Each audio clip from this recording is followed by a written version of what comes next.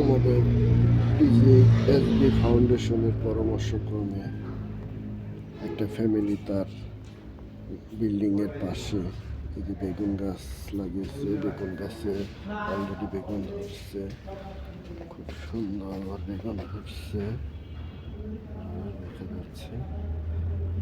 খুব সুন্দর একটা নার্সারি সে করছে। বিল্ডিংয়ের পাশে দেখেন আমাদের পিজিএসবি ফাউন্ডেশনের উদ্যোগে ঘরের পাশে এই যে পেঁয়াজ গাছ লাগানো হয়েছে।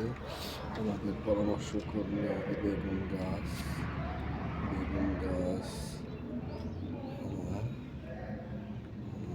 এই যে বেগুন ধরছে, অনেকগুলো তো ধরতেছে।